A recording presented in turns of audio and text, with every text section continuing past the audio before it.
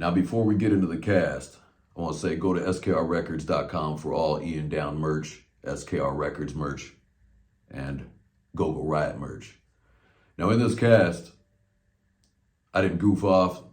There's no comedy because I do feel there's a problem of conformity and just jumping in a line without asking questions.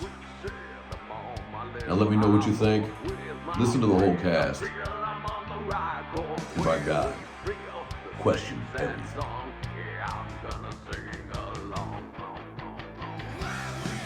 Yeah, guys, rolling 148. It's crazy. I've done 148 of these. It's pretty wild. Now I'm going, we're solo today. Just me. We're going old school Ian's Rants. Just by myself. Now, I want to get down to something here. So, I'm finding that we are in an interesting age of, well, I mean, this has always happened in life, but an age of conformity. I'm finding a lot of people, even friends of mine, finding that they're conforming to whatever, like without question, right? Like there's a team they're on, and without question, they just jump in line. They're just jumping in line. Now, conformity. Let's look up the definition here of conformity, right? So you could say it correctly. Compliance with standards, rules, or laws. Conformity to regulations. Behavior in accordance with socially accepted conventions or standards. Loyalty to one's party need not imply unquestioning conformity. Unquestioning. That bothers me. Compliance with now here's like a historical definition. Compliance with practices of the Church of England. So even if you don't conform to their belief system in God, well, you're going to get hung. So you lied about it. You lied. And I also feel like there's a lot of people that I know that they know they don't feel this way. They know they don't feel the way that they're showing on social media. It's called social media, in accordance with socially accepted conventions or standards. Right? We're all on social media.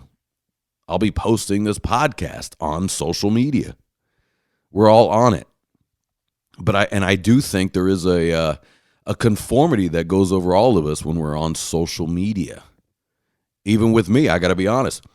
I don't even know people were like, man, Ian doesn't give a fuck. He'll say whatever he wants to say.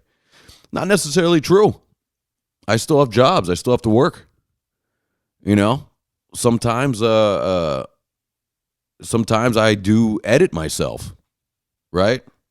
Now, I also edit myself as far as trying to judge 100% on just because somebody believes differently than me, which that would be conformity. I want to be questioned. If I have an opinion, feel free to question, and I'll tell you why I have the opinion. You know what I mean? I'll just tell you why I feel that way. But you can only feel that way. Sorry about that. I can only feel that way through my experiences. I don't feel that way through media. I don't feel that way from what I was told by somebody I feel is smarter than me. I feel it through experience. And I can only experience what I have in my travels in life. And what my travels are, right? I've been through almost every state in California.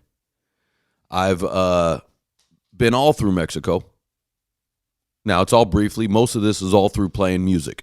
So, you experience life through this job of getting to one town to another playing music, trying to survive, trying to, you try to blend in with the locals, especially because I'm the type of guy if I'm on tour, I'll bail by myself. I'll take off and go hang with the locals. Now, locals you don't have to be out of country to be out of locals. Say you leave just a piece of California. Say you leave Southern California. Well, The way they live is way different than you. The way they survive is different than you. Right? You go up north. You go where my mother lives, near Yosemite area. Oh, their politics are way different. Not only that, they live different. They chop wood. A lot of them have livestock. A lot of them live on eggs. Cabins. Everybody lives in cabins. Instead of heaters, they have wood stoves that heat the place way faster than heaters. I mean, being heated up by a wood stove is beautiful. It's a beautiful thing. My point is everybody lives different through their experience. But I still believe must question everything. And I believe this is one of the only times, at least in my lifetime, where I see, the younger people, the younger rebels are conforming to government ideology, to media ideology, to big pharma ideology. This has got to be the only time in life where young people are like, yes, let's do what the government says. Yes, the media is correct on everything. Isn't this the first time where if the government says you must wear masks and shut down your businesses, the young people say we must conform? Isn't that weird? Now, whether they're right or wrong, I'm not taking on this conversation. I'm not taking a stand on that. I mean, you all know how I feel. You know how I feel. Your boy wants to go to work. I believe in going to work.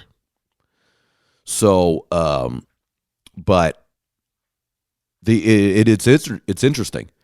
You can, like, anytime you drive by a school here in Long Beach, you can go, boy, what was in the news today?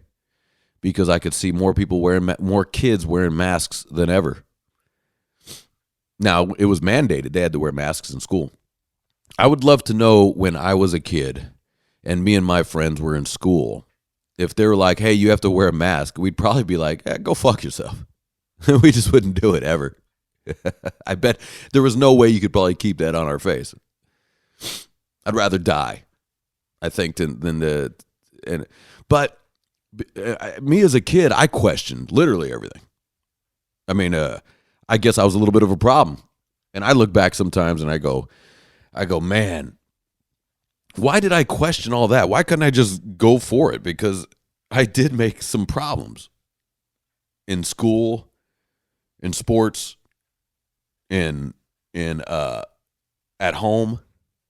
I literally questioned everything. I was definitely that kid that goes, why? Well, because what's a shooting star?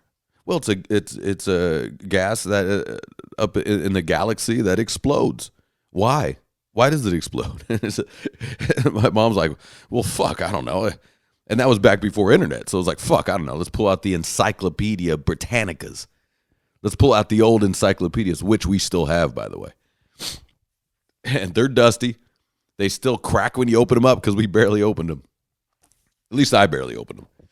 So I'm sorry about my nose here, guys. My nose is killing me. I guess I got a fucking allergy like an old man. I don't believe in allergies. It's all bullshit. Anyways, conformity. That's a scary thing, I think, guys, because I think more than ever, we're conforming. We're jumping in line. Get in line. We're getting in line. Now, I guess you could just go, look, I was in the military. By the way, I love my military boys and girls. I'm a big fan of of the U.S. military. You better believe that. Now, our government, I'm very scared of our government. Very worried. I've always been worried. What's funny, and I don't know if that's because I grew up listening to punk rock music, but I used to have a sticker on my guitar that said, love my country, it's the government I'm afraid of. Well, that still is true in my head. Love this country, but this government, I would have to say all governments are very scary, right? It's very scary. You can think about the worst.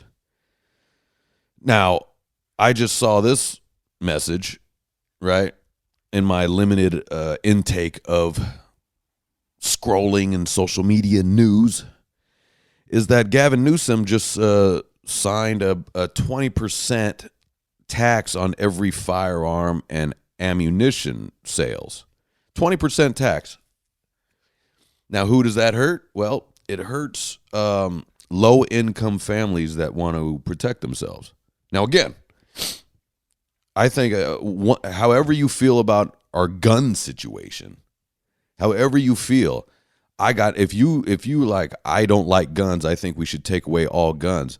I know that's coming from a good place. I got no problem with that. Now, that's a crazy thing to say. It's not real. We can't do that. All we're doing is taking away guns from good people and putting them in the hands of bad people. So you're kind of unarmed. You're bringing a knife to a gunfight, basically. But it's a 20% tax, and then he said, I'm considering this the sin tax, the sinner's tax. So what you're doing is calling gun owners sinners for owning a gun, for wanting to protect their family, for wanting to protect what is theirs, for having a gun at a gunfight, for not having a knife at a gunfight. I'm sure you guys got nunchucks, those of you that are against guns, and God bless you. Again, I ain't mad at you. I'm just saying, you bringing nunchucks to a gunfight, not much you can do there. Remember Indiana Jones, that scene of Indiana Jones where he's got his pistol. I think it's a revolver he's got there, and they're in India probably, and the guy pulls out swords, and he's going, and he's doing this whole display of swords, and Indiana Jones just turns around and fires one at him, boom, and then doesn't even look at him, walks away. Well, that's bringing swords to a gunfight. There's not much you can do about that revolver. Anyways, point is, that is a step towards conformity. And I got to be honest, this is something that bothers me. It bothers me.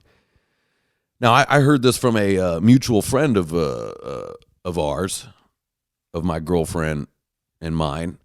And this individual said, I remember it was probably about a year ago, we were, for some reason, got in that conversation of shutting down, lockdown. And she was like, if we just complied, this whole COVID thing would be over. Now, we obviously learned that is not the case, but what a thing to say. If we just would comply with what the government said, this whole thing would have been over. Whoa. Now, that means if we all just would have locked down and wore masks and were afraid to go outside and not tried to earn a living and support our friends, family, and kids, if we just would have complied, just really let that sink in. That is a scary statement for somebody to say. That is a scary statement. That is almost somebody that would probably, if Hitler's trying to annihilate the Jews, well, she was probably the one that ran over to old Himmler over there and was like, "Hey, the Jews are hiding under the stairs there." And she's Jewish herself, probably. And then she goes, "Yeah, they're under there. But save me. Do not kill me." Woo. That's scary, guys. Now, I think she's a good person. I don't think she's out to hurt anybody. I think there is a mentality of we need people to follow. You have to have people that are followers. You have to. Although nothing would get done. You know what I mean? Too many cooks, too many chefs in the kitchen, too many head chefs in the kitchen. I think that's what that is. I mean, you need people to follow. But it's a scary thing when you say to me, too, you are confident enough to say to me, if we would just comply, this whole thing would have been over. That's a crazy thing to say to me. Like, I think you should question everything. Look it up. We are at the age of information. Like recently my dad's been having some health issues, right? And I go, okay, what did those doctors say? Can I have the lab results? Show me the lab results. And I'll start looking it up. I'll look it up. I'll ask questions to my friends about health, heart. My mother worked in congestive heart failure for most of her life. So she knows the heart. So I run things by her. What's interesting is sometimes when I run things by her, she'll be like, nope, I don't like that. I don't like that. So you look into it. You look into it. And it's the same thing with doctors. Question doctors. I wish I would have questioned mine more. My doctor was incorrect. My first surgeon on my knee was incorrect. He said, you're fine. You're just in a lot of pain. No, it was infected. Everything was infected. I had a ligament surgery. The ligaments got infected. And it fucked my knee up. And I'm dealing with it. But look, I'm a grown man, so I move through, right? Fuck the pain.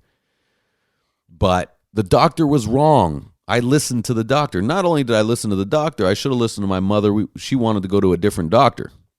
I wanted to go to a doctor that was at USC that worked on all the athletes. My mom was right. Should have went to this doctor in Corona because he ended up fixing me up anyways. Point is, question everything. Why not? What do you have to lose? Just question. Question what I'm saying right now. Question conformity. Question why should we not? Let's conform. Why should we not question that? Now, I have an answer. World War II. That's not a bad answer. Just look up World War II, how that started.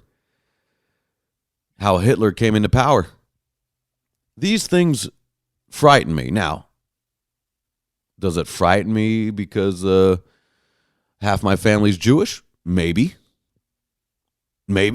Half my family's Scottish with the English? Maybe. Some of my family's English, right? So you go, how did the English and Scots get together to make my family, to make my mother's side of the family? Well, there you go. Right? Father's side of the family, Jewish. They got a lot to say about conformity. You better believe that. With the Jewish side of my family, when they start hearing that word thrown around, white privilege, when they start hearing that, woo, oh man, they get fired up. Whoa, do they get fired up? I mean, that is a wild thing to say.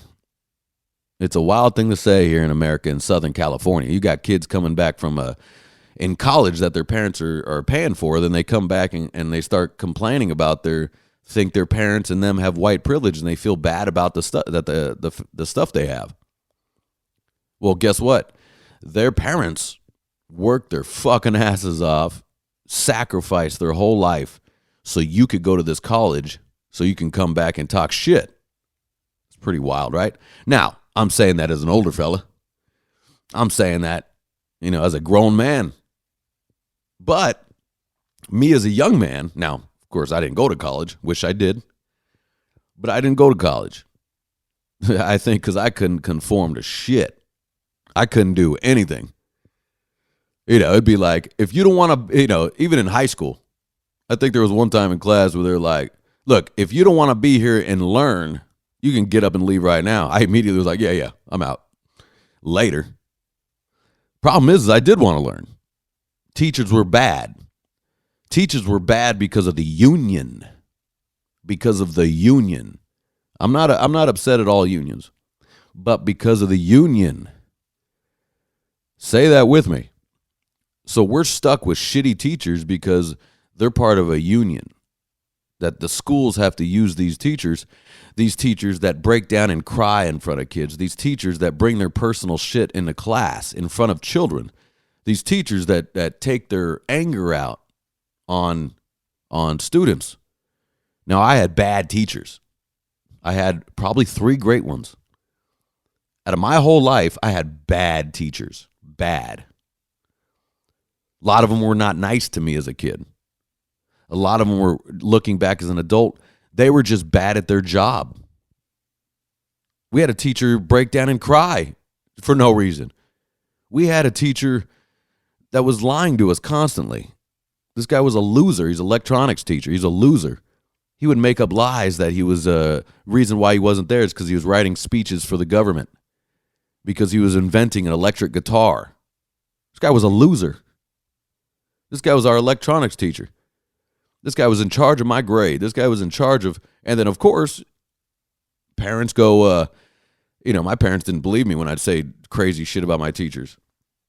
I got kicked out of class one time because we had an English. Now, this is back in the day when they were trying to push Ebonics on the English classes. Remember that? Isn't that wild? They were trying to push Ebonics onto the English classes. Oh, boy. Let's fuck up the grammar. I think you should know the English language and learn grammar before you start using slang and before you start turning out and speaking like me and using words that don't mean anything. But anyways, I was in this English class, and I remember her. I'll say her name on her. Her name was Miss Mallard. She was a black lady. I think she was probably a nice lady. She definitely didn't like me very much, but she would say birthday instead of birthday, TH. She would say birthday with an F or a PH, right? And I was generally confused as a younger fella. I think this is junior high, and I raised my hand and I go, now, I notice you're saying birthday. This is an English class. Isn't it spelled with a TH? And she lost her shit. She got so mad at me. And it was a real question. I go, you're saying birthday, but it's spelled TH. That's very weird to me. I didn't understand as a kid. I was not trying to make fun. I was not trying to make fun of her, the way she speaks, even though this was an English class. Okay. But she kicked me out of the class for doing that. Miss Mallard. Hey, Miss Mallard, go fuck yourself. What do you think of that? You know what I mean? I bet you she's a very old lady now. Let's see, when I was in junior high. So, she can't be that old. But anyways, it's crazy. She got so mad at me. I was a child. I guess what? I don't know how old I was in junior high. But what a thing to do. What a thing to do. Looking back as a grown man who makes a living, right? As a grown man who looks back, and I teach audio stuff. I've teached interns and things like that about studio work and audio. And it's crazy to think now that I'm an adult how some of these teachers spoke to children. Very weird. I even had a PE teacher. Now, I guess I was kind of a little dick, but she did tell me I'd never amount to anything. I had a PE teacher say that to me. Well, Miss Stevens, because, you can judge whatever I've amounted to, but I'm definitely more than your fucking weird PE teacher looking, wig wearing, fucking cankle having. She's a mess. She's a fucking mess. She was terrible. She was not nice to me. And that's why we made fun of her. If you're nice to the children, they'll be nice to you. Fine. Anyways, going on a rant. That's why it's called Ian's Rant. Conformity. This is my point. And then one more example before we move on. Now, I remember I'll never forget this. It's funny, these little things that you remember as a young kid. And then you forget a lot of other things. You forget a lot of bad things, right? You forget a lot of bad things. And you forget a lot of good things. Actually, what I was trying to say is you remember a lot of bad things. You forget a lot of good things. But I remember sitting there, you used to have to wrap your books. You'd get books, assigned books that you had to give back after class. After, school went to summer. And you had to wrap your books to protect the books. Now, you would wrap it with paper bags that you get from the grocery store, right? You wrap your book to protect it. Now, you were supposed to wrap it. You got kind of in trouble if you didn't. Now, I never did. I was just like, I don't want to wrap my books. Now, it was cool that you can wrap your books because you can draw on them. You could make little art out of it. So that was kind of cool. But I didn't do it. So she was going around. The teacher was going around checking books. Now I'm a little fella. I'm very young, and she's going around checking books, and she checked my buddy's book that was next to me, right? And she walks right by him and checks, and he looks at me. I look at him. I grab his book and switch it with mine, and then he hides the book, right? So it looks like I have a wrapped book. So she comes by and goes, "Oh, good," and she checks my book. We're good. She goes and sits down. A little girl that was sitting behind me,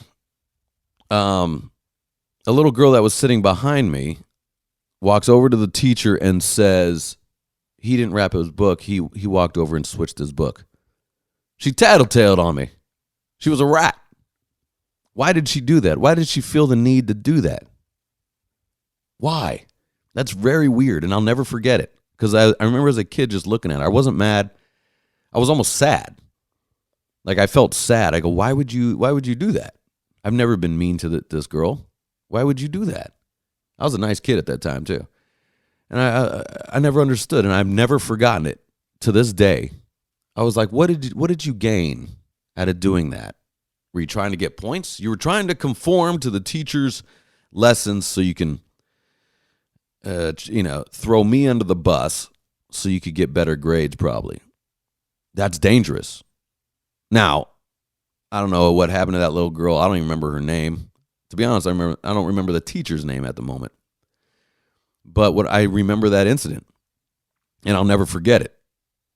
But I bet you she works for like human resources now. I bet you she's in one of those. She's constantly like, no, not the rules. You ever seen Office Space, the movie Office Space? Very similar to that. But to me, guys, those things are very dangerous, where you're conforming to throw the people under the bus so you can get in good with the higher ups, whatever the higher ups mean, whatever they is. Because I think, especially in this country, I think we call certain people the elites, which I hate that. The rich, I hate that, because I intend to be rich. Now, rich is depends what it is. You could have $34 million in the bank, but you have $34 million in expenses. Not exactly rich, are you? You're just kind of working to keep your stuff. But so I don't like that. I don't like that eat the rich bullshit. Because most of the people that I've heard say eat the rich, well, you barely can walk upstairs. So I know you're probably overweight, so you want to eat the rich. But what I'm saying is, you barely lift a finger to do anything. So I doubt you're going to eat the rich, But these things scare the shit out of me. This is supposed to be a democracy, right? In theory, the democracy was in place. It's supposed to be for the people, by the people, right? As far as I remember. Let me look that up. Let's see. Democracy. A system of government by the whole population or all the eligible members of the state, typically through elected representatives. Capitalism and democracy are ascended in the third world. Okay, yeah. So that, third world countries obviously don't get that. A state governed by a democracy. Right? Now, what is democracy? Of the people, by the people, right? I believe Lincoln said that. Yeah, Abraham Lincoln. And the word democracy comes from, it's a Greek word, from demos, right? Meaning, I think I'm saying that right, demos, meaning people. And kratos, democracy, right? Kratos meaning power. People, power of the people, right? Makes sense. So, the point is, it's supposed to be power of the people. And supposedly we have representatives that represent the people.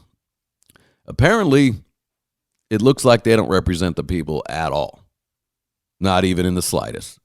Whether you're left, right, centrist, whatever, it doesn't seem to represent the people. Now, There's so many people. There's so many people. How can you represent all the people? It's impossible. But it definitely doesn't feel like they have the democracy in their head. That I think they're doing it just for them. I think people are getting gotten to. But never mind them. The point is I never thought, this really changed my mind about things. When they said we have to lock down essential businesses, they're deciding what essential business is. That's very dangerous, because somebody who has a hat shop, they spent their lives making hats, right? They make hats for movies, they make hats for whatever, customize hats, scally caps, fedoras, whatever. They're told it's not an essential business. It isn't. It's an essential business to them. That's how they feed their kids. That's how they feed their family. How is that not essential? You're basically taking the food out of these people's mouths.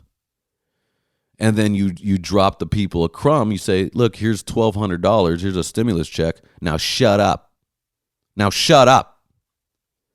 Right? So these things are scary to me. And what's scary is not that the government said we need to shut down. You need to wear masks. You need to stay away from your family. You can't be near your family. You can't be near your elderly. Well, the fact that the people complied is scary to me. Even after we knew it was full of shit. Even after we knew. And then when evidence came out that it was all full of shit, well, they slandered those people and tried to, quote unquote, cancel those people. Quote unquote, slander their name. It's very scary. Now, I don't care how you feel, again, about whether we should mask up or not. You definitely should feel that people should be able to make a living. People should try to feed their family and kids, loved ones. And when you're shutting down things, it trickles down, whether they own a business or not. They're shutting it down. And that's kind of what's happening with the unions. Unions are going on strike. I think that's a political play. They're going on strike. They're putting people out of work again. Strike is putting people out of work. You're not getting paid for striking. It doesn't happen. So, and it trickles down, guys. It trickles down. Striking trickles down to workers under you, family members. It trickles down. It's not good.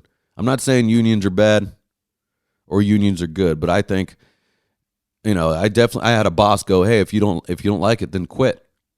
I believe in that mentality. You don't have to work at that job. You can go get another job. Guess what? My friend's a roofer. He paints houses. Puts roofs on houses. Right? Carpenters. He feels he doesn't get paid enough. Well, guess what? Still going to go to work. We all want more money. Got to go to work. Point is, I feel that's a political grab. I think these strikes are all political grabs, and they scare the shit out of me also. And I think we need to question it, question everything. It sucks that we can't question strikes. Isn't that weird? But these strikes are starting to become a party. I'm not seeing you guys fired. I'm not seeing people with picket signs fired up. They're partying. They're out there partying with celebrities. They're out there having a great time. They're at gala events. They're at red carpets saying we need to strike. They're at a red carpet. That's weird, isn't it? They're over there with celebrities, taking pictures, taking selfies with celebrities, holding strike signs. My question is, how are you able to take off of work? How do you have the time? How do you have the time? You know what I mean? I'm trying to find enough time to go play baseball. To go play baseball with my brother. Maybe go catch a couple grounders. But I'm so goddamn busy trying to make a living, trying to do artistic things, trying to, keep my... I don't even have kids. Got to take my dogs to the vet. Got to get my dogs handled. Get my girlfriend handled. Got to get my my house in line. Right? I got bills. I got family I got to take care of. Right? How do you have time? Where are you guys getting the time? I mean, I think that's my question in all this. And I would also implore you to Question everything, even the shit I'm saying. Question it. Just look at it. Take a look. Look in, that old word, look into it. Stop conforming. Stop jumping in that line.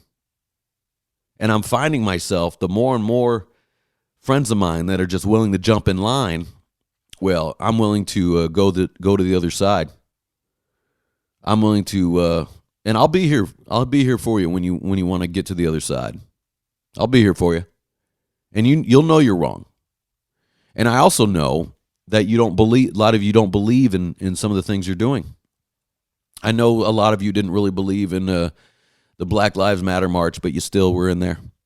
I know a lot of you don't believe in these strikes, but you're still partying with everybody. I know a lot of you don't believe in the gun stuff, the abortion stuff, but you still do it on social media. Now, again, doesn't matter how I feel because I want people to stand up for what they really believe. But I know from talking to you people personally, some of you, and then you're out there doing the opposite, taking selfies. Well, there's a lot of bullshit going on there. A lot of bullshit. They call it, what is it called? Virtual signaling. I'm sorry, is it virtue signaling? I think it's virtue signaling. Yeah. And then you do that on social media when you know you don't really believe it. But I guess we all do, right? You just kind of post but I think it backfires. I know a lot of actors, actresses, that were constantly putting Black Lives Matter. We should hire more black people in movies. My question was, there sure is a lot of black people in movies. I didn't know that was an issue.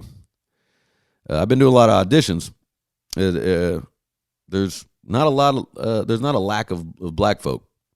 So that is weird. It's a weird thing to say, but I do think it backfires. I do think this strike is going to backfire on writers, on actors.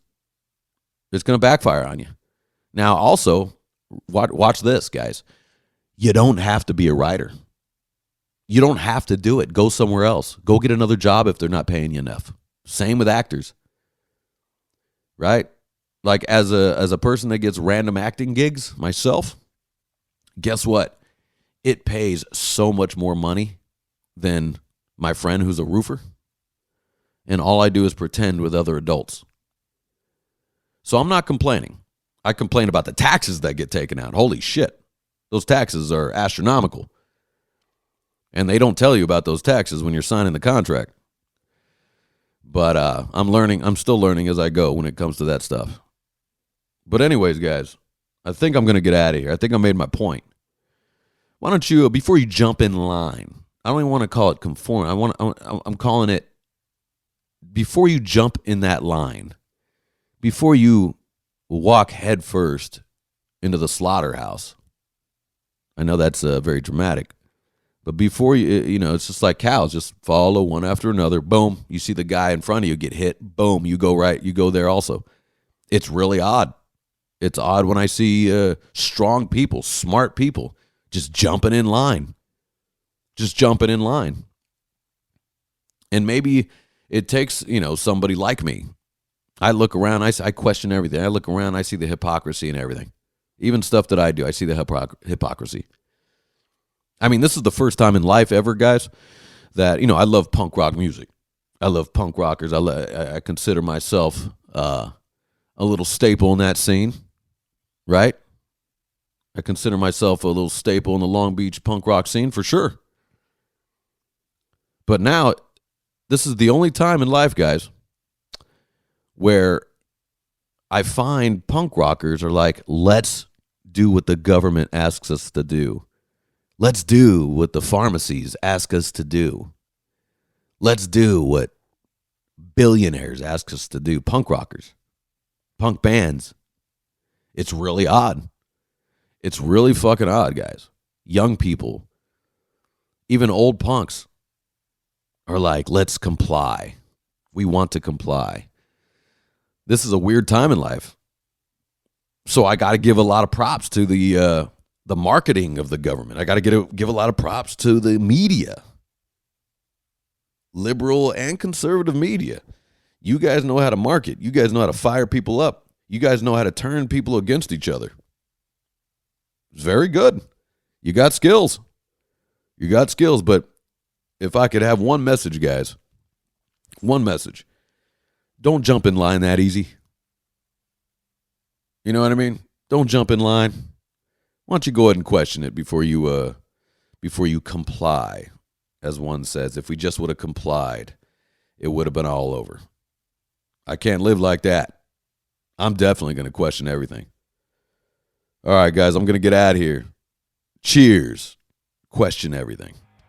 Thanks for listening, guys. Go to skrrecords.com and pick up all Go-Go Riot merch, Ian Down merch, and SKR Records merch. See you next time. Cheers.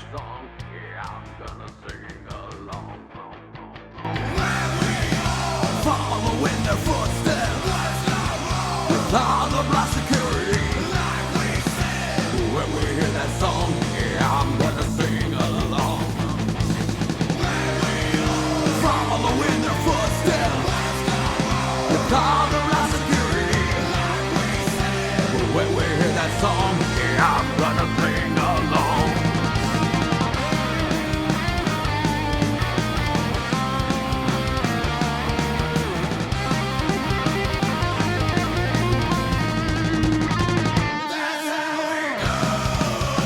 Let's just break them down real slow. It's the chopping block.